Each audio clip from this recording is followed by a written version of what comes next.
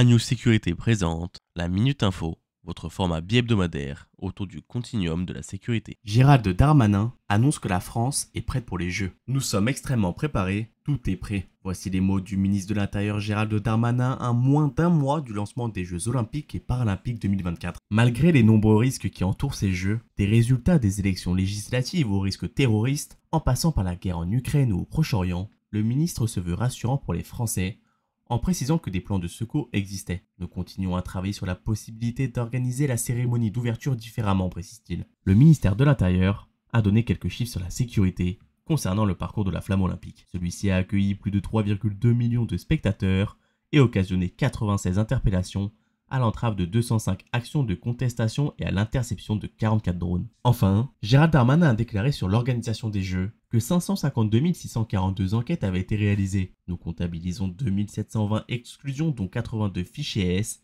et 304 personnes connues des services de renseignement, 54 de l'ultra-droite, 104 de l'ultra-gauche, 146 de l'islam radical. 579 personnes ont également été écartées pour ingérence étrangère et qui ne pourront en aucun cas participer à ces Jeux Olympiques et Paralympiques.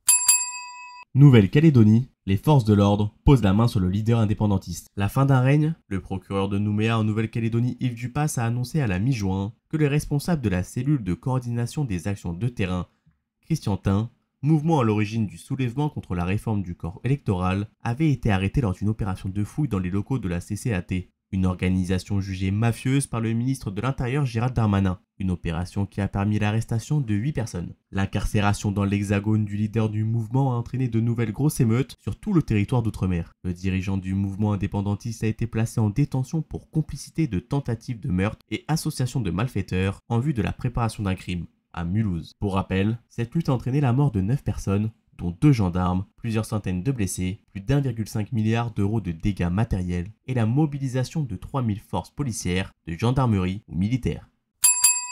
TVH Consulting lance NIS 2 Secure, une offre dédiée à la conformité NIS 2. TVH Consulting, spécialisé dans les ERP, le CRM, la data et leader en solutions de cybersécurité, a annoncé à la mi-juin lancer son offre complète pour aider les entreprises à atteindre et maintenir la conformité à la directive NIS 2 de l'Union européenne qui rentrera en vigueur en octobre 2024 et visant à renforcer la cybersécurité des secteurs critiques. Contrairement à NIS 1, cette nouvelle formule offrira un paramètre considérablement élargi et des exigences accrues en matière de cybersécurité. En effet, le nombre d'entités concernées est multiplié par 1000 pour atteindre plus de 10 000 organisations en France et même 20 000 en incluant les collectivités publiques obligeant les entités concernées à agir pour se protéger des risques cyber. En France, en 2022, l'ANSSI a révélé 831 intrusions avérées dans les structures réglementées par l'agence OIV, OSE, Administration publique, 19 opérations de cyberdéfense et incidents majeurs déclenchés. Plus 60% des rançongiciels déclarés ont touché des TPE, PME, ETI